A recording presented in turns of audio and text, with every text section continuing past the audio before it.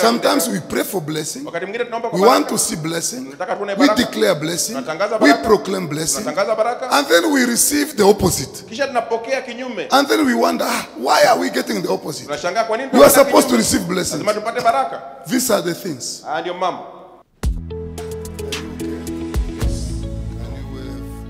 God in the Hallelujah? That's powerful. Yes, hallelujah. So we want to read the book of 2 Samuel chapter 12. The Lord sent Nathan to David. He came to him and said, there were two men in a certain city. One was wealthy, but the one was poor. The wealthy man had a very large flock and herd, but the poor man had nothing except a single small lamb that he had acquired. He nourished it and raised it together with himself and his sons. From his crumbs it would eat, from his cup it would drink, and in his arms it would lie. It was like a daughter to him. There came a visitor to the wealthy man, but he was unwilling to take from his own flock or herd, but prepared a meal for the wanderer who had come to him. Instead, he took the poor man's lamb and prepared food for the visitor who had come to him. David became very angry because of this man. He said to Nathan, as the Lord lives, the man who did this deserves to die, and he shall restore the lamb fourfold because he did this thing and because he had no pity. Then Nathan told David, you are this man. Thus says the Lord, the God of Israel, I anointed you as king over Israel, and I rescued you from the hands of Saul. I gave to you your master's house and your master's wives into your arms. And I gave to you the house of Israel and Judah. If this were too little, I would have continued to do for you much more. Why have you despised the word of the Lord? By doing evil in his sight, you struck down Uriah the Hittite with a sword, and you took his wife as a wife for yourself. You killed him with the sword of the Ammonite. Now the sword will never depart from your house, because you have despised me and have taken the wife of Uriah the Hittite to be your wife. Thus says the Lord, see, I will raise up trouble against you from within your own house. I will take your wives before your eyes and will give them to your neighbor, and he will lie with your wives in broad daylight. Although you did it secretly, I will do this thing before all the Israel and under the sun. Then David said to Nathan, I have sinned against the Lord. Nathan said to David, now the Lord has put away your sin. You shall not die. Now let's pray. Tuombe. Father, we thank you for the word. Baba, tunakushukuru kwa neno. We have read your word. Tumesoma neno lako. Holy Spirit, we Roho surrender. Mtakatifu, tunajiachilia kwako. We commit to you. Tunajiachilia kwako. Teach us this morning. Tufunze asubuhi hii. In Jesus' name we pray. Katika jina la Yesu tumeomba. Amen. Amina. So welcome to this wonderful service. Asante kwa ibada hii ya ajabu. So we have just read the scripture. Tumesoma andiko. It's a long scripture. Ni andiko ndefu. But I wanted it to be long. Lakini nilitaka iwe andiko ndefu. So it can enable you understand what is here. Ili kwamba ukaweze kuelewa kilicho hapa. As we share what we have just read. Tunaposhiriki kile ambacho tumesoma. It is what we call an exposition. Ni uchambuzi wa kindani, because we are going to discuss together. kwa sababu tutaenda kunena pamoja. Bwana asifiwe. Amen.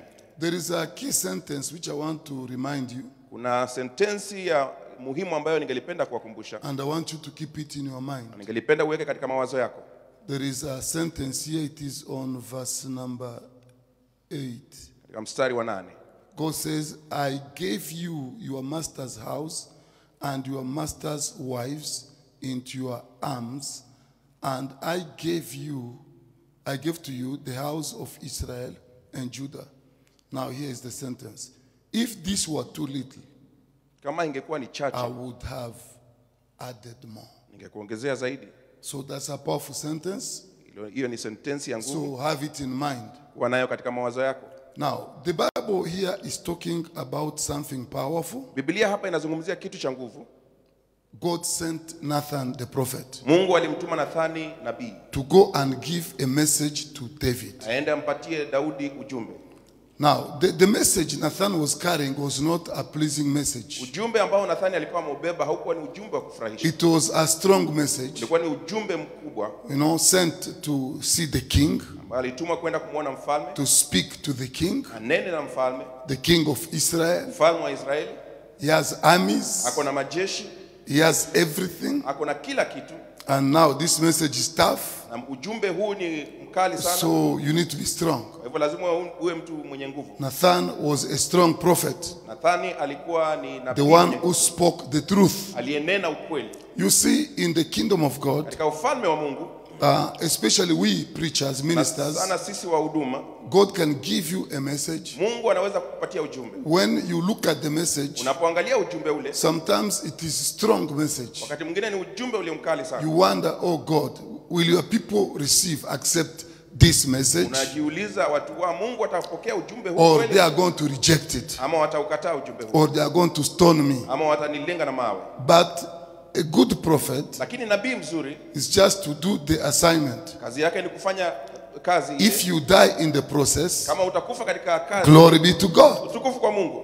But if you run away from giving out the message, Lakini ukitoroka kutoka kupeana ujumbe, that is a disappointment. basi hapo utakuwa Now, Nathan went to David Nathani akaenda kwa and he David, started with a story akaenda na hadithi, telling David that in a certain city, akamwambia katika mji fulani there was one man who was wealthy palikuwa na mtu aliyekuwa tajiri and also another one was very poor. na mwingine alikuwa maskini sana. So the wealthy man had cattle, Yule tajiri alikuwa na ng'ombe, flock, alikuwa na kondoo, was rich in everything. alikuwa mtu tajiri kwa vyote. Now, this poor man Na huyu mtu maskini had only one lamb, alikuwa na mwanakondoo mmoja tu, and this lamb was like a child to him, na huyu mwanakondoo alikuwa ni kama mtoto kwake. and he would eat at the same table with this lamb Walikula pamoja katika meza moja, na huyu and mwanakondoo, allowed this lamb even to sleep in his chest na alimruhusu kwamba hata huyu mwanakondoo alale katika kifua chake, because it was his everything. kwa sababu ilikuwa ni kila kitu kwake. Now, one day, Lakini siku moja the rich man received a visitor. mtu tajiri akapokea mgeni. Now, when the visitor came to his house, Mgeni alipowasili katika nyumba yake, he said, I have to slaughter a lamb or goat for my visitor. akasema lazima nichinje mwanakondoo ama mbuzi kwa ajili ya mgeni wangu. So he sent his workers, Kisha servants, akatuma wafanyikazi wake to go to the house of the poor person, waende katika nyumba ya yule mtu maskini, collect the lamb that was as a child to him, wachukue yule mwanakondoo ambaye alikuwa ni kama mwana kwake, bring and slaughter for the visitor, wamlete na wamchinje kwa ajili ya mgeni, which they did. ambacho walikifanya. So now, Kwa hivyo sasa, as Nathan was still speaking, Nathani alipokuwa anaendelea kunena, David said, how can this man be so heartless? Daudi akasema, huyu mtu anawezaje kukosa moyo hivi? This man is very rich. Huyu ni mtu tajiri, He has cattle, he has lamb, he has so many things. ako na vitu vingi. But why should he just take one lamb Kwa nini achukue tu huyu mwanakondoo from mmoja the poor person kutoka kwa huyu mtu maskini and slaughter for his visitor? na amchinjie mgeni wake? This is unthinkable. Hiki ni kitu ambacho hauwezi That kufikiri. man must die, Huyu mtu lazima afariki, and that man must pay back. na huyu mtu lazima alipe. Hallelujah. Amen. And then Nathan said, Kisha Nathani akasema, that man is you. yule mtu ni wewe. You are that man. Wewe ndiye yule mtu. You are the wicked man. Wewe ndiye yule mtu mwovu. You are the one who deserves to die. Unastahili kufa. I anointed you king over Israel, Mimi nalikupaka mafuta uwe mfalme juu ya Israeli, says the Lord of Israel. asema Bwana wa Israeli. So here we get point number 1. Hapa tunapata jambo la kwanza. Point number 1 is about calling. Jambo la kwanza inahusiana na mwito. I want us to understand Nataka tuelewe that in the kingdom of God, kwamba katika ufalme wa Mungu we are not in this kingdom by pity, hatuko hapa kwa huruma because we pitied God kwa sababu tulimhurumia and Mungu then we came to serve him. kisha tukaja kumtumikia. In the morning, I was just reading from one of my the things I've spoken or written, Asubuhi nilikuwa nasoma kwa baadhi ya mambo ambayo nimeandika and I saw something amazing, na nikaona kitu cha ajabu that life finds meaning kwamba maisha yanapata maana in fulfilling the assignment for which we were born to do. katika kutimiza ile kazi ambayo Mungu alikuumba utimize. So if you don't perform or do that which you are born to do, Kama hautaitenda kile ambacho umeumba ukitende, life becomes a disappointment. basi maisha yanakuwa ni kitu bure. It becomes meaningless. Inakuwa ni maisha bure. Try to imagine we are living on earth. Tafakari, tunaishi hapa ulimwenguni. After a certain time, Baada ya muda you are called to go home. unaitwa kwenda nyumbani. Now, when you go home, Unapoenda nyumbani, whatever you had acquired, chochote kile ambacho ulikuwa umekipata you live here on earth. utakiwacha hapa duniani. Everything. Kila kitu. You go empty-handed, Nenda mikono mitupu. just the way you came. Jinsi ulivyokuja tu. The way the rich man dies, Jinsi mtu tajiri anafariki, the same way the poor also dies. ndivyo maskini anavyofariki tu. The difference between these people Tofauti kati ya hawa watu is the knowledge of Jesus ni Christ ufahamu wa Yesu Kristo and the way we spent our lives. na jinsi ambavyo tuliishi maisha yetu. If you spent your life on earth Kama ulitumia maisha yako hapa duniani serving God, kumtumikia Mungu, that's the only thing you are going to carry when you go. huo ndio utofauti tu ambao utabeba ukienda. But if you spent life here on earth Lakini kama doing your own uliishi things, maisha hapa duniani kufanya vitu vyako, so it is just pity. itakuwa ni huruma tu. Because after this life, Sababu baada ya maisha haya you go into a life of torment, unaingia katika maisha ya mateso, trouble, shida, cry, kulia. so it's just amazing. Kwa hivyo inakuwa ni ajabu sana. Bwana asifiwe. Praise the name of the Lord. So when we talk about the calling, Unapozungumza kuhusu mwito, one day God spoke to Samuel, siku moja Mungu alinena na Samueli. take the horn of oil, Anasema chukua hiki, go and anoint David, he shall be king over my people. enda umpake Daudi mafuta awe mfalme. So he juu ya went and anointed David. Na akaenda akampaka Daudi mafuta. David didn't deserve to be king. Daudi hakustahili kuwa mfalme. According to the laws of Jews, Kulingana na sheria za Wayahudi, the firstborn must be the leader. mzaliwa wa kwanza lazima awe ndio kiongozi. If not the father, Kama sio baba, automatically the authority is transferred to the firstborn son. mamlaka yanapelekwa kwa yule kijana wa kwanza. So that's what happened in Israel. Hayo ndio yalikuwa yanatendeka kule Now, Israeli. when Samuel went to Jesse's house, Wakati Samueli alienda katika nyumba ya Yese, he told him to bring out his sons. alimwambia awalete wanawake, And he brought out his 7 sons. na akawaleta wana wote 7. When he saw the first son, Alipomwona mwana wa kwanza who was called Eliab, aliyeitwa Eliabu, when he saw the person, alipomwona yule mtu the stature of his body, mwili wake ulivyokuwa, he said, wow, this is the king of Israel. akasema huyu ndio mfalme wa Israeli. But God told him, Lakini Mungu akamwambia, this is not the king, huyu sio mfalme because I've rejected him. kwa sababu nimemkataa. And then the second one came out. Wa pili akaja, God said, I've rejected this Mungu one akasema too. nimemkataa pia huyu. And then the third one, Wa tatu akaja, the fourth one, wa nne until the number 7. mpaka wa 7. God said, I've rejected all of them. Mungu akasema nimewakataa hawa wote. Now, Jesse was now just wondering, Yesu alikuwa anashangaa sasa. but you are going against our culture. Sasa unaenda kinyume na tamaduni zetu. What you are doing is not doable. Unachokifanya hakitakiwi kufanywa. Who then will be the king? Nani atakuwa mfalme sasa? Now Samuel said, Samueli akasema, are these all your children? hawa ndio watoto wako wote? Say, no, there is another, that's a small one. Akasema kuna mwingine kijana mdogo He's in the bush. yuko katika vichaka. Say, bring him. Akasema mlete.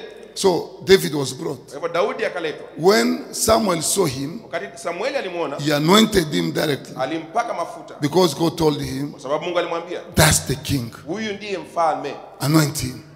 Upako. So David was anointed to become king. Daudi alipakwa mafuta awe mfalme. I want you to listen to this. Nataka usikize jambo hili. God doesn't choose us because we are the best. Mungu hatuchagui kwa sababu sisi ndio bora. God chooses us Mungu anatuchagua for reasons we can't even explain. kwa sababu ambazo sisi hatuwezi kueleza. I remember one time I was praying, Nakumbuka siku moja nilikuwa naomba, and then the Holy Spirit just took me into a journey kisha Roho Mtakatifu akanipeleka katika to safari let me understand why kufanya nielewe kwa nini God chose me. Mungu alinichagua.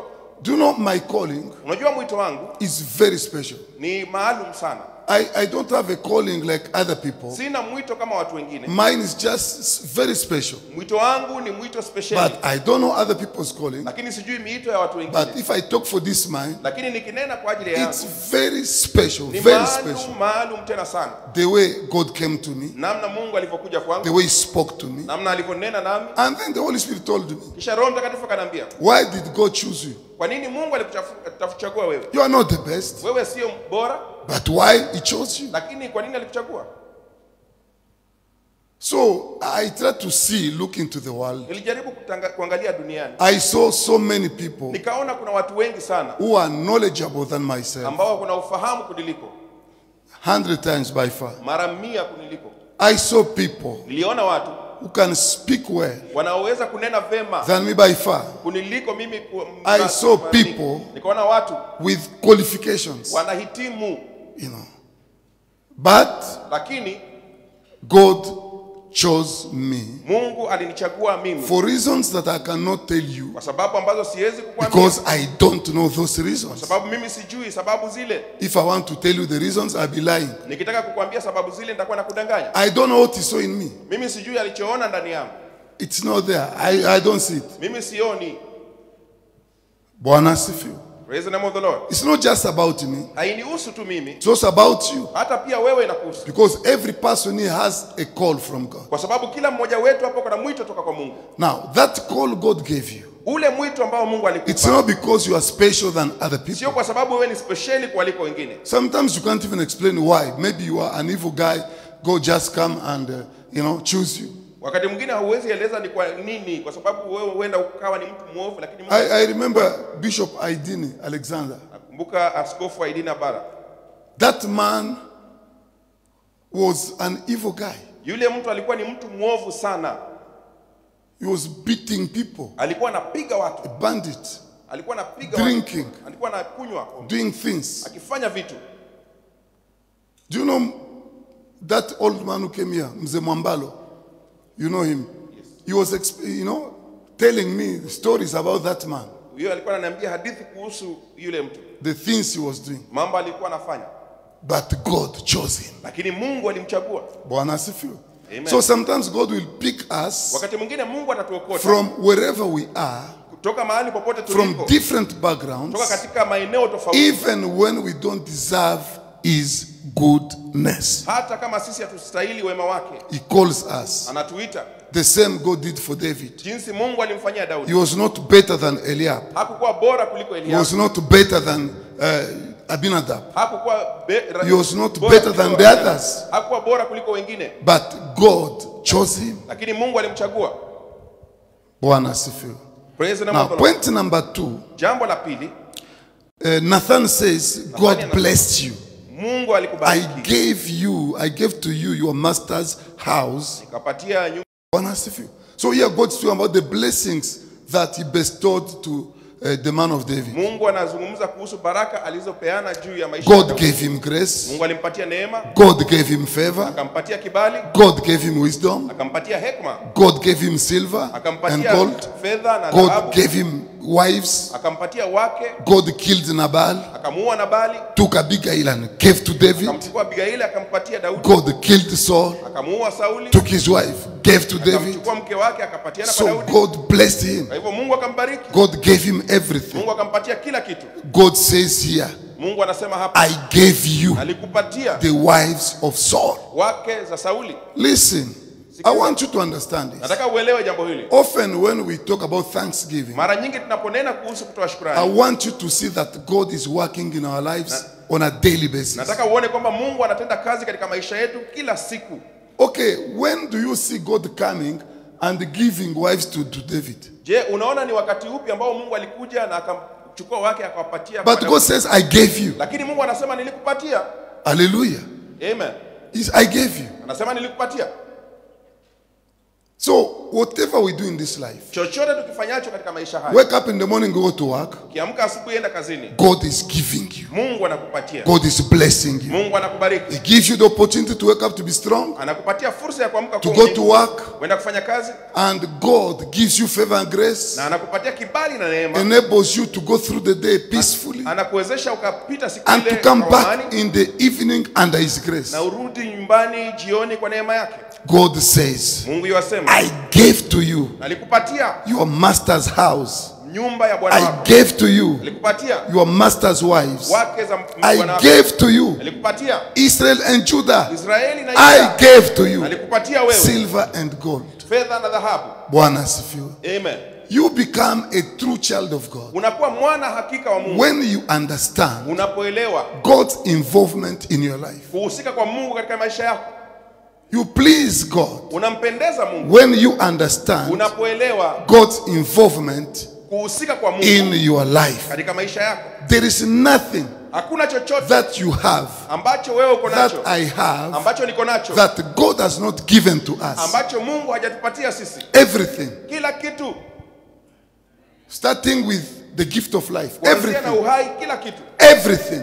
kila kitu. There is nothing Hakuna chochote that we can say we have ambacho tunaweza kusema tuko nacho that God has not given to us. ambacho Mungu hajatupatia. That's why God says, Ndio kwa sababu Mungu anasema, if I'm hungry, kama niko na I njaa can't tell you, siwezi kukwambia, I'm too much for you. mimi ninawashinda. All the cattle, Ng'ombe zote, everything, kila kitu, they are mine. vyote ni vyangu. Hallelujah. Amen. Even what you have. Hata ulicho nacho wewe. I come to your house, Nikuja kwa nyumba yako, I see you have a chicken. ninaona uko na kuku. God says, this chicken is mine. Mungu anasema hii kuku ni yangu. And you say, no, it is yours. Na wewe unasema hapana, hii ni kuku yako. Is it God's or it is yours? Je, ni ya Mungu ama ni yako? Mbona munijibu? It is God's now. Ni ya Mungu. So you are just a manager. Kwa hivyo wewe sasa ni mlinzi. I am a manager. Mimi ni mlinzi tu. That's why thanksgiving is paramount Ndio kwa in the sababu kingdom of kutoa God. shukrani ni kitu cha lazima katika ufalme wa Mungu. Can we say amen? Amen. Point number 3. Jambo la tatu, Listen. sikizeni. Hallelujah. Amen. I like this. Nathan said, Nathani anasema, if this were too little, kama zingekuwa ni if ndogo what ama I chache, have given you kama kile nilichokupatia were not enough, hakikutosha, you should have told me. ungeniambia, Come to me, I add to you. njoo kwangu nikuongezee. But why have you despised me? Lakini kwa nini umenidharau? By killing a man, an innocent Kwa person. kuua mtu ambaye hana hatia, You took away his wife ukachukua mke wake, while you have so many of them. wakati wewe kuna wake wengi. That is now what we call the spirit of dissatisfaction. Hii ndio roho ya And kutotosheka, roho ya kutotosheka, That's point number 3. roho ya tamaa, The spirit of dissatisfaction and greed. roho ya kutotosheka, roho ya tamaa. You see, greed is lack of satisfaction. Kuwa na tamaa ni kukosa kutosheka. Greed is lack of gratitude. Kuwa na tamaa ni kukosa shukrani. Greed can cause you to steal, Kuwa na tamaa inaweza kufanya ukaiba even when you have been blessed. wakati ambapo hata umebarikiwa. Greed Tamaa can cause you to break God's inaweza principles kufanya ukavunja kanuni za Mungu in pursuit of more. ukitafuta vitu zaidi. Greed Tamaa can make people blind. inaweza kuwafanya watu vipofu. Somebody is blind. Why? Mtu anakuwa kipofu kwa nini? Because of greed. Kwa sababu ya tamaa. There was somebody in the DRC. Palikuwa na mtu pale DRC, This man was working in the government. na huyu mtu alikuwa anafanya kazi katika serikali. In just a few months, Kwa miezi kadhaa tu the guy had stolen from the coffers alikuwa ameiba kutoka katika serikali around $56 million. dola milioni 56 Just few months. kwa miezi michache tu. $56 million in his Dola pocket. milioni 56 katika mifuko yake. Now, when you go to DRC, Unapoenda kule Kongo, you see poor people. unaona kuna watu maskini, And then you see this man kisha unaona huyu mtu who is ordained to serve the people. ambaye ametiwa wakfu kuwatumikia watu, And then he steal everything. kisha yeye anaiba kila kitu. $56 million in few months. Dola milioni 56 kwa miezi And michache. then you wonder, what are you going to do all this money? Unashangaa atafanya nini na hela hizi zote? Is it not too much? Je, haziko zaidi? $1 million, $2 million, Moja, $3 million, mbili, tatu, $4 million, nne, $5 million, tano, $10 million, kumi, $20 million, ishirini, $30 million, 30, $40 million, 40, $50 million. 50. That's wickedness. Huo ni uovu. Bwana asifiwe. Amen. And then he went on buying stuff, buying houses, doing things, you know. Kununua manyumba, kununua vitu vingi, kufanya mambo mengi. Greed can cause people, can make people blind. Choyo inaweza That's kufanya greed. ukawa kipofu. It can make somebody to become blind. Inaweza kukufanya ukawa kipofu. It can cause somebody to become insensitive. Inaweza kukufanya usiwe na hisia. Ama namna gani? Amen. It can make somebody to live without pity, without mercy, Inaweza greed. kukufanya uishi bila huruma. If you walk with greedy people, you are in trouble. Ukitembea na watu wachoyo uko katika shida. Because greedy people, they don't see what you see. Kwa sababu wachoyo hawaoni unachokiona. They want to grab everything. Wanataka kunyakua They kila want to kitu. take for themselves Wanataka everything. kujinyakulia kila kitu. Now listen. Sikizeni. God said to David, Mungu akamwambia Daudi, I took you from the bush nilikutoa kichakani when you didn't deserve it. wakati haukustahili. I anointed you. Nikakupaka mafuta. I made you king over Israel. Nikakufanya mfalme juu ya Israeli. I gave you a name, Nikakupatia jina. the name that you didn't have. Jina ambalo haukukuwa nalo. I gave you wealth. Nikakupatia mali. I took you from the bush. Nikakutoa kichakani. I washed you up. Nikakuosha wewe. I gave you gold. Nikakupatia dhahabu. I make you great, Nikakufanya uwe mkuu like all the great people of the kama wale world. wengine wakuu duniani. I allowed you to, get everything. Nikakuruhusu upate vyote. Do you know David married the princess, the daughter of Saul? Je, unajua kwamba Daudi alimuoa malkia He mtoto wa married Sauli? Ahinoam in Israel. Alimuoa Ahinoam kule He Israeli. married Abigail, the wife of Nabal. Akamuoa Abigaili mke wa On top Nabali. of that, he had other wives. Na alikuwa na wake wengine wengi. Now, when he became king, Alipokuwa mfalme, he married even more. alioa hata wengine So zaidi. here, God is revealing a secret Kwa hivyo hapa Mungu anafungua siri. that he even gave him Hata alimpatia the wives of King Saul. wake za mfalme Sauli. You know, kings in those days, Wafalme katika siku they zile had beautiful, wives. walikuwa na wake warembo Because they are the one in charge. kwa sababu wao ndio katika ushukani. If they say the daughter of somebody is beautiful, Wakiona kuna binti ya fulani ni mrembo, they call Mzee, come here. wanaita mzee, anasema kuja hapa. The king wants your daughter. Mfalme anataka yule binti wako. So God allowed him to be blessed Mungu alimruhusu abarikiwe and to prosper. na akaweze kunawiri. But now God has one thing. Lakini sasa Mungu ako na kitu kimoja. Why did you kill this poor man Kwa nini ulimuua huyu mtu and maskini take away his only wife na ukachukua mke wake wa when you pekee have so many of them? wakati uko na wake wengi? What's wrong with Ni you? nini mbaya na wewe? You see, God will bless us. Mungu atatubariki, God will give you things. akupatie vitu, God will give you money. akupatie hela, He blesses you. akubariki wewe. You will steal even this tithe, only tithe. Utaiba zaka, You just want to eat it. unataka kukula tu. Greed. Uchoyo. Greed make people, they are not satisfied. Uchoyo unafanya watu wasitosheke, They are not satisfied. hawatosheki. They want more. They Wanataka want zaidi, more. They wanataka want zaidi, more. zaidi. Now God is telling you, Na Mungu anakuambia, when you are nothing, wakati wa huku I blessed you. nilikubariki, I called you. nilikuita, I washed you. nikakuosha, I gave you a name. nikakupatia kila A kitu, big name. jina I kubwa, put you to sit with great nikakuweka ukae na wakuu of this world. wa dunia hii. Why now? Kwa nini sasa You just go and steal unaenda sasa kuiba that only wife yule mke mmoja of tu a poor man, wa mtu maskini, and you now kill him kisha unamuua using the sword of the Ammonite. ukitumia upanga wa Waamoni. Ammonite were pagans. Waamoni walikuwa ni They wapagano, worshipped idols waliabudu sanamu and burnt their children on fire. na wakawachoma wana wao kwa moto. So why do you allow a pagan to kill an Israelite? Kwa nini unamruhusu mpagano amuue Mwisraeli? So satisfaction and gratefulness is key in the economy of God. Point number 4. Kutosheka na kushukuru ni kitu cha muhimu sana katika ufalme wa Mungu. Satisfaction and gratefulness is key in the economy of God. Kutosheka na shukurani ni vitu vya muhimu katika ufalme wa Mungu. Everything God put in our hands is not for food. Kila kitu ambacho Mungu anatupatia kwa mikono yetu sio chakula. Sometimes we eat everything. Wakati mwingine tunakula kila kitu. You can even eat seed. Wakati mwingine unakula hata mbegu. He blesses you, give you seed. Anakubariki na kupatia You say, mbegu. thank you, Lord. Unasema asante You Mungu. put in the sufuria and then you eat. Unaweka katika chungu na unakula. That's dangerous. Hiyo ni hatari. So tomorrow when you have nothing to plant, Wakati hauna kitu cha kupanda when kesho, there is no harvest, wakati hakuna mazao, you say, oh hallelujah, Mungu amenichukia. Mwaka imekuwa mbaya sana kwangu. Mwaka haiwezi kuwa mbaya kwako. it cannot be The bad. devil is a liar. Shetani mwongo. Even 2020, hata mwaka wa 2020, the year that people thought it was just a bad one, mwaka ambao watu walifikiri ni mwaka mbaya sana, we have testimonies. tuko na shuhuda. In 2020, Katika mwaka wa we 2020 can testify tunaweza kushuhudia the progress we have made, mali the ambayo good tumesonga, things we have seen. mambo mazuri ambayo In tumeona 2020, katika mwaka wa 2020. the thing number one we are proud of is that we all crossed to 2021. Cha kujivunia ni kwamba sisi sote tulivuka mpaka mwaka That's huu. grace. Hiyo ni neema. That's power. Hiyo ni nguvu. We glorify God. All of us. Mungu sote. Here we are. Ama namna gani? Ndio vile 2021. mwaka wa 2021. So God did it for us. Mungu alitutendea. We thank him. Tunamshukuru. Listen and listen well. Sikizeni na msikize vema. Everything God put in our hands Kila kitu ambacho Mungu anaweka katika is mikono yetu, not for food. sio kwamba chote ni chakula. If you didn't write everything I've just spoken here, Kama haujaandika vyote ambavyo nimenena hapa, write this one. andika hiki.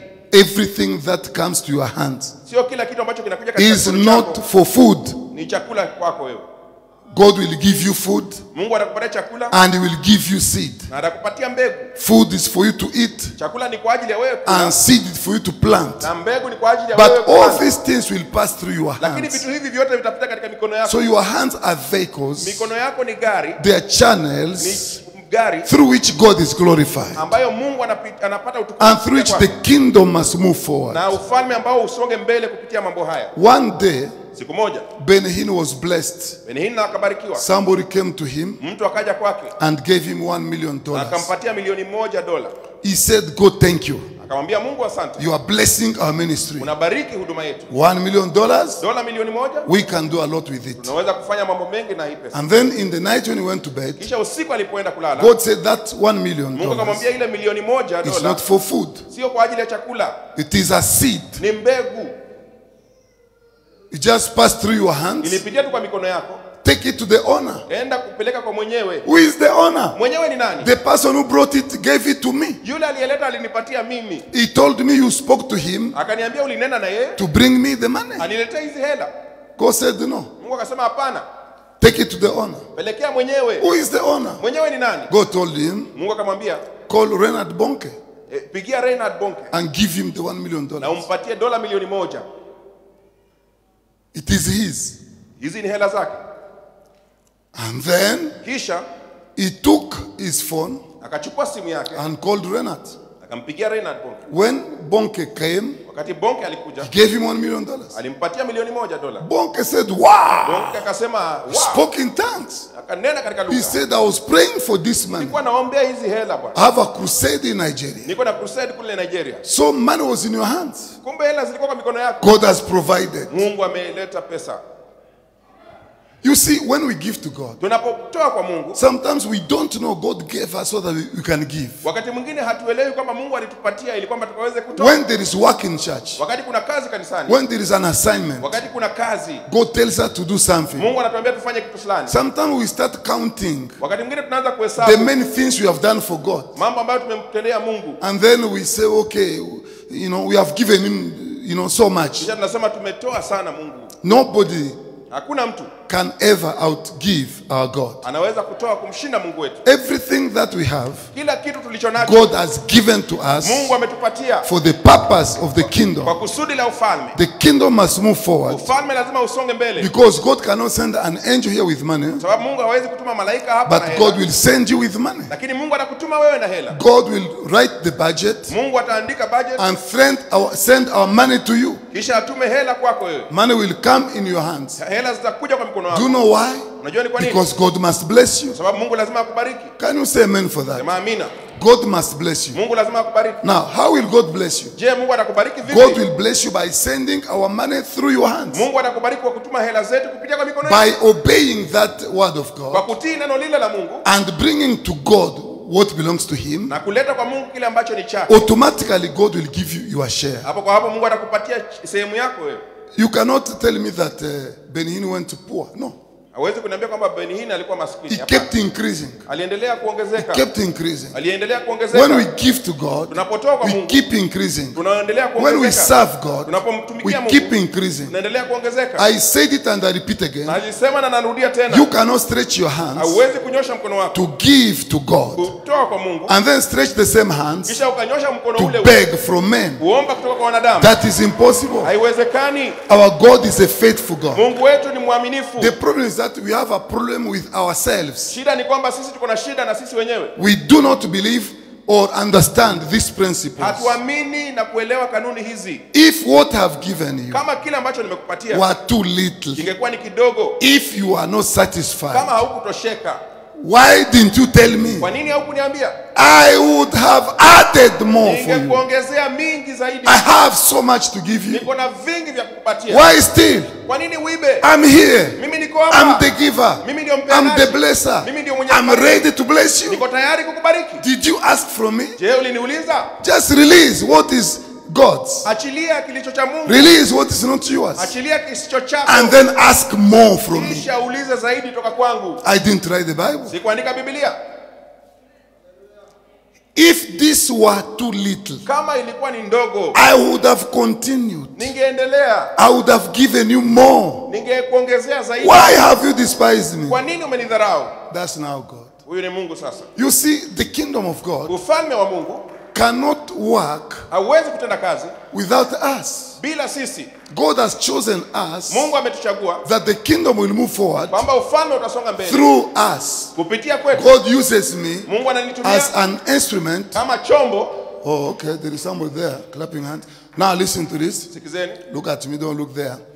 Now listen. sikizeni. God chose me Mungu alinichagua as a vehicle kama chombo to proclaim the gospel, kutangaza and injili, He also chose you na pia alikuchagua as wewe a kama vehicle chombo to proclaim the gospel. kutangaza injili. Now, the gospel Kwa hivyo here, injili hapa we proclaim it in different ways, tunaitangaza katika njia tofauti, in different katika capacities, uwezo tofauti, in different katika positions, sehemu tofauti, doing different things tukifanya vitu to tofauti achieve same purpose. kuwafikia makusudi yale yale. Did you get that? So we achieve same Kwa purpose, hivyo tunafikia makusudi moja tu, but doing different things. lakini tunafanya vitu tofauti. Just the way you see human body, Ni kama unavyoona mwili wa mwanadamu it has different parts uko na sehemu tofauti which are committed to do different kind of jobs, ambazo zinapatiwa kazi tofauti but tofauti, to fulfill one purpose, lakini kutimiza kusudi moja tu, that the body is healthy, na kwamba mwili unakuwa that a sawa, man can survive, can continue kwamba living. mtu anaweza kuendelea kuishi na kufanya kazi. Don't take away Usichukue what has been dedicated to God kile ambacho kimetiwa wakfu kwa ajili ya Mungu and to His work. na kwa ajili ya kazi yake. If you take away Ukikichukua what has been dedicated to God kile ambacho kimetiwa wakfu kwa and Mungu to His work, na kwa ajili ya kazi yake, automatically you block your source of provision. unazuia upaji wako. Do you get that? You block your source of provision. Unazuia upaji wako. In this Chemchemi ya kingdom, upaji wako. Katika ufalme huu satisfaction is very important. kutosheka ni kitu cha muhimu. God, I thank you. Mungu nakushukuru. God, I thank you. Mungu nakushukuru. What I don't have today, Kile you give me tomorrow. Unanipatia kesho. But I cannot sin Lakini siwezi because I kutenda don't dhambi. have. Kwa sababu sina. Hey, come on. Yeah. I can't sin before Siwezi kutenda God dhambi. because I don't have. Kwa sababu sina. I cannot take Siwezi what chukua has been dedicated to God kile ambacho kimetoa wakfu kwa and Mungu eat na nile, because I'll be eating poison. kwa sababu nitakuwa nakula sumu. Listen to this. Sikizeni, When you see things like tithe, unapoiba vitu kama these zaka, are things that are devoted or committed or consecrated to God. hivi ni vitu ambavyo vimetiwa wakfu na ni vya Mungu, They are not for anybody to eat. sio vya mtu yeyote yule kula. There was a man. Kulikuwa na mtu, This is a testimony I was given huu ni ushuhuda niliopewa in a certain church I don't want to mention. katika kanisa fulani, sitaki kulitaja, And this man was an elder na in huyo church. alikuwa ni mzee kanisani, And this elder was counting church money. na alikuwa na hesabu hela za kanisa. So one day they were in church. Siku moja walikuwa kanisani, They spoke with the pastor wakanena na mchungaji and the other people na watu wengine, that because we are late today, let's go. We'll come and handle the money on Monday. kwa sababu tumechelewa, acha tuende, tutakuja kuhesabu hela. So the pastor left Kwa hivyo mchungaji akaondoka and all of them left na together. wote wakaondoka pamoja. So when the pastor left, Wakati mchungaji he was aliondoka, with his son. alikuwa na mwana wake. And then they remembered. Wakakumbuka. They had forgotten something. Walikuwa wamesahau kitu. After like 30 minutes, Baada kama they said, let's go and pick the thing we forgot. Wakasema enda uchukue kile ambacho They tulisahau. went. Wakarudi. Do you know what they saw? Unajua walichokiona? They found this guy Wakapata huyu mtu who was in charge of money, aliyekuwa ushukanini katika kuhesabu putting hela, money in his own bag. akiweka hela katika mfuko wake. They say, hey, what are you doing here? Wakasema unafanya nini hapa? I'm sorry. Akasema samahani. As we speak now, Unaponena hivi sasa, that man is mad. yule mtu ni mwenda wazimu. He's running the street Anakimbia huku without clothes. bila nguo. You see tithe the way you see it. Zaka vile unaiona. Even if it has just been put here on the altar. Hata kama imewekwa tu hapa kwa madhabahu. You found it here. Uliipata hapa? Don't touch. Usiiguse. If you can touch, Kama unaweza kuigusa, take it to the office. basi ipeleke katika afisi. If you just take it, Kama utaichukua tu, go and eat. uende ule. You may not see nothing today. Uenda usione kitu leo. The day you eat a frog Siku ambayo unakula chura, is not the day you get pimples. sio ile ambayo unapata But one day pimples will come. lakini kuna siku moja upele utakuja tu. People who steal tithe from God. Wale ambao wanaiba The day you zaka steal kutoka. tithe, Siku ambayo unaiba you may zaka, not see nothing. uenda usione kitu, But one day, lakini siku moja something will come. kitu kitakuja tu. That's why you see sometimes Ndio kwa sababu unaona wakati mwingine people have children watu wako na watoto who are just crazy. ambao ni wenda wazimu. Sometimes they go to school, Wakati mwingine wanaenda shuleni, they perform badly, wanafanya kazi vibaya, they bring shame. wanaleta aibu. And sometimes Na wakati mwingine they just bring pregnancy at home. wanaleta tu mimba katika nyumba. You see now? Unaona sasa? And sometimes, Na wakati mwingine if they are men, they start smoking kama ni wanaume Banks. wanaanza kuvuta bangi drugs and so on. na kutumia, You come here, disturb us wanakuja kusumbua because you refuse to be faithful. kwa sababu ulikataa kuwa mwaminifu. Oh, mchungaji unaona, mchungaji unaona. Sometimes you go to see a doctor. Wakati mwingine unaenda kuona He daktari, diagnoses you with a sickness, napata ugonjwa fulani incurable, which is just there ambao hauwezi to kupona. torment you until you know. So now you come here. Muombe, munombe. Unombe mtu kitu moja. Unombe tena kesho kitu moja. Unombe kesho mimi nakwambia umbuka. Because it seems that there is something you are not telling us. You need to put things right. Ama namna gani? Mweke mambo yawe sawa. When you steal from God, Unapomwibia Mungu, let me tell you for ndio example, nikupatie mfano. the Bible says Biblia inasema that tithe kwamba zaka are sacred. ni kitu They ambacho are holy unto the Lord. ni takatifu Holy unto the Lord. kwa ajili ya Mungu. I didn't write the Bible. Sikuandika Biblia. Remember, Kumbuka, there is this king called Belshazzar kuna yule mfalme aitwaye who Belshaza took the cup of God. aliyechukua kikombe cha Mungu, Cups removed from the temple of Jerusalem vikombe ambavyo vimetolewa katika hekalu la Yerusalemu, and said, put me beer here. I kama didn't. niwekee pombe hapa. They put beer in the cup. Wakaweka pombe kwa ile The cup of gold, kikombe ya dhahabu, anointed, imepakwa mafuta, consecrated to God. imetiwa wakfu kwa Mungu. As he was drinking, Alipokuwa he anakunywa, saw a hand akaona mkono without the owner, bila mwenyewe, just the hand mkono tu without the body, bila mwili, writing on the wall unaandika kwenye ukuta that you are bure. kwamba wewe ni I bure. thought you are a man. Nilifikiri wewe ni mwanaume, I thought you are wise. nilifikiri uko na hekima, I thought you are intelligent. nilifikiri uko na hekima. Look at you. Jiangalie, You have been tested. umejaribiwa, You have been put on the pomba scale umepimwa and you have been found bure. na umepatikana wewe ni bure kabisa. And I thought you are a king. Na nilifikiri wewe ni mfalme. The Bible says Biblia inasema the bones mifupa here hapa in the loins hapa kwenye kiuno started cracking. ikaanza kuvunjika vunjika, The bones in the knees kwenye magoti pia mifupa started dislocating, you know. ikaanza kutokana So tokana. the guy was in trouble. Kwa hivyo mtu alikuwa katika shida. He said, Sema, hey, magicians, come and tell me. waganga kujeni mniambie 2021, you want the 2021 church to prosper. na kanisa The likanawiri. church Kanisa will not prosper in a vacuum. halitanawiri katika The ukiwa. church will prosper in the obedience of God. Kanisa litanawiri katika The kumheshimu church Mungu. will prosper by giving to God what belongs to Him. Kanisa litanawiri kwa kumpatia Mungu kilicho chake. Ama namna gani? Amen. I'm putting in your pocket what belongs to you. Ninakuwekea mfukoni mwako kile ambacho ni That's chako. how the kingdom works. Hivyo ndio ufalme unafanya. There is no shortcut. Hakuna njia And mbadala. as a prophet, Na kama nabii, if I heard these things from you, kama ningesikia vitu hivi kutoka kwako, God will require them from me. Mungu atavihitaji kutoka kwangu. So I have to tell you this Lazima nikuambie so that I've done my part. ili kwamba niwe nimefanya sehemu yangu. Tithe is never your portion. It is God's portion. Zaka sio sehemu It is yako. God's Ni property. mali ya Mungu. It is God's money. Ni hela za Mungu. When you make a vow, Unapofanya nadhiri, pay your vow. lipa nadhiri yako. Don't lie to God. Usimdanganye Mungu. Vows do talk. Nadhiri hunena. Vows have mouths. Nadhiri ziko na I've midomo. said it before Nimesema hapo and awali. I repeat again. Narejelea tena. You can forget a vow. Huenda ukasahau nadhiri. The vow will never forget where it came from. Nadhiri halitasahau lilikotokea. It will always speak before God. Kila wakati litanena. I am here. Niko hapa. I am here. Niko hapa. I am here. Niko hapa. And you have forgotten. Na wewe umesahau. And now, Na sasa there are evil spirits all around the world kuna roho waovu who are duniani going kote, here and there. ambao wanaenda hapa na pale. When they hear that voice, Wanaposikia sauti ile that I'm here, kwamba and niko hapa, they come. wanakuja. The Bible says, Biblia inasema Zechariah saw a prophecy. Zakaria akaona unabii. Zechariah 5:1. Zakaria mlango wa 5 Put mstari wa on the kwanza. board. Weka kwenye runinga. There it is. Look at this. Don't read on your Bible. Look this mine. Let's read mine. Look.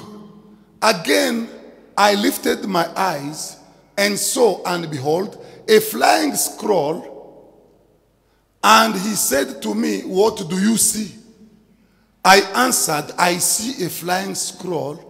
Its length is 20 cubits, and its width 10 cubits. Verse number 3. Look at this. Then he said to me, this is the curse that goes out over the face of the whole land. For everyone who steals, did I write this? Je, niliandika Sema hapana. Who steals shall be cleaned out according to what is on this one side. So it means that scroll is written. It has a krito.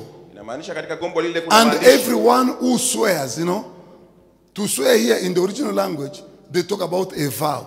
They talk about a pledge. Unadhiri, toa nadhiri. Falsely shall be cleaned out according to what is on the other side, what is written on the scroll. Verse number 4. I will send it out, declares the Lord of hosts, and it shall enter the house of a thief, and the house of him who swears falsely. You say vows, you talk about pledges, which you just don't fulfill, you just ignore them. Look at this. Look at this. And the house of him who swears falsely by my name, and it shall remain in his house and consume the house, both timber and stones. Sasa kama wana consume stones, sasa mwili flesh itabakilia wapi? If the stones are consumed, Kama miili inamalizika, how about the flesh? mezwa na moto. Bwana asifiwe. Amen. Look at this one. Tazama, The scroll is flying, gombo linapaa, looking for thieves. linatafuta wezi. And then it hear a voice Kisha linasikia sauti of a pledge, of a vow, ya nadhiri. shouting, I'm here. Kwanza sauti, niko hapa. This man vowed. Huyu mtu alitoa This nadhiri. man pledged. Huyu mtu alitoa He nadhiri. cannot fulfill. Kama hawezi It's kutimiza. now 3 months. Ni miezi 3 I sasa. am here. Niko hapa. It's now 1 year. Mwaka I am mmoja. here. Niko hapa. They come. Gombo linakuja. That flying scroll. It's invisible. Linapaa, liwezi kuonekana. It's invisible. You don't Halionekani see kwa it. macho ya kawaida. It's flying. It's a spiritual thing. Ni kitu cha kiroho. It enters the house. Naingia katika nyumba Stay there. na kukaa katika hiyo The nyumba. Bible says it will remain there. Biblia inasema itabaki pale. Look. And Haya ni mambo sometimes we pray for blessing. wakati mwingine tunaomba kwa We want to baraka. see blessing. Tunataka tuone We baraka. declare blessing. Tunatangaza We baraka. proclaim blessing. Tunatangaza baraka. And then we receive the opposite. Kisha tunapokea kinyume. And then we wonder, why are we getting the opposite? Tunashangaa kwa nini We are tunapata supposed to kinyume? receive blessings. Lazima tupate baraka. These are the things. Haya ndio mambo.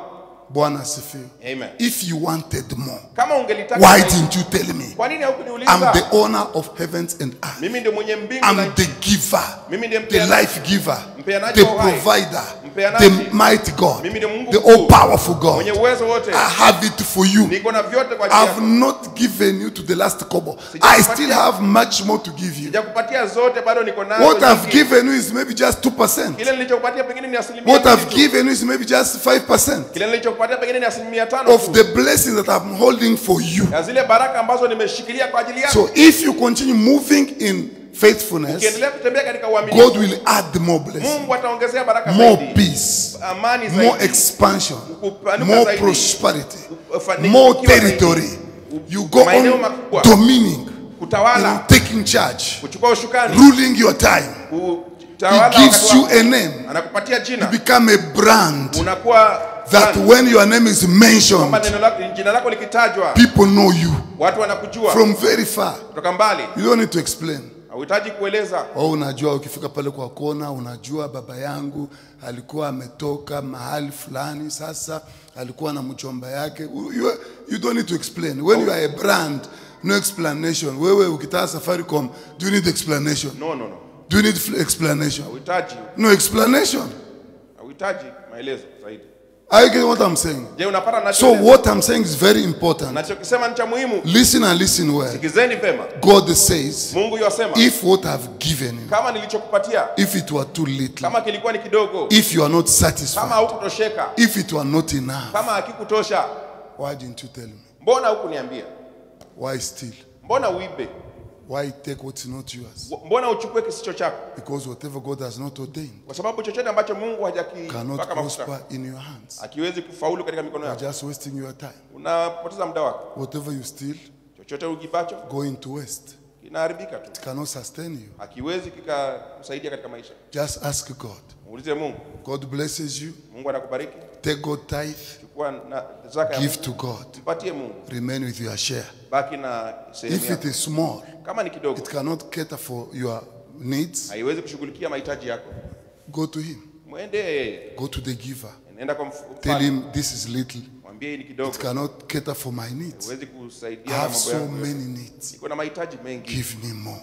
Nipatie zaidi. Through faithfulness, Kupitia uaminifu, God will bless you. Mungu atakubariki.